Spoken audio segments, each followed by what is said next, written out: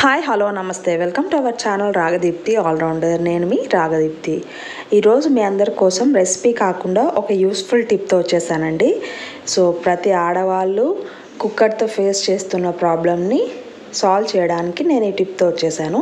మనం పప్పు కానీ సాంబార్ కానీ ఏదైనా కానీ కుక్కర్లో వేసినప్పుడు విజిల్స్ వచ్చినప్పుడు అది పొంగుతుందనమాట. సో దాంతో స్టవ్ పాడైపోతుంది, కుక్కర్ అంతా కూడా కడగడానికి ఇబ్బందిగా అవుతుంది. సో అలా కాకుండా మనకి విజిల్స్ వచ్చినా కూడా పప్పు పొంగకుండా ఉండాలి అంటే ఏం చేయాలో ఈ వీడియోలో చూసేద్దాం. ముందుగా నా ఛానల్ సబ్స్క్రైబ్ చేసుకున్న వాళ్ళంటే, ఫస్ట్ టైం చూస్తున్న వాళ్ళుంటే ప్లీజ్ సబ్స్క్రైబ్ చేసుకొని నన్ను సపోర్ట్ చేయండి. సో ఇప్పుడు కుక్కర్ తీసుకొని మీరు పప్పు కావాలంటే పప్పు, సాంబార్ కావాలంటే సాంబార్ వేసేసేయండి. నేను ఇక్కడ సాంబార్కి వేసాను.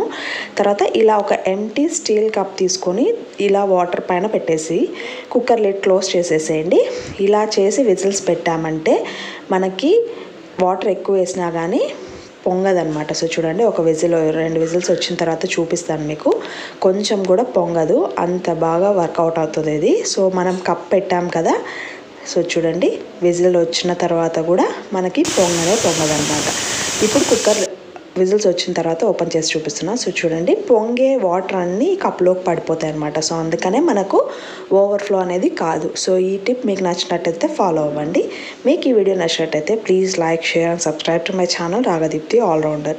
మనం కుక్కర్లో ఆయిల్ వేయాల్సిన పనే లేదండి, జస్ట్ ఈ కప్ పెట్టేస్తే సరిపోతుంది. సో మీకు ఈ టిప్ యూస్ఫుల్ అవుతుందని ఎక్స్పెక్ట్ చేస్తున్నాను.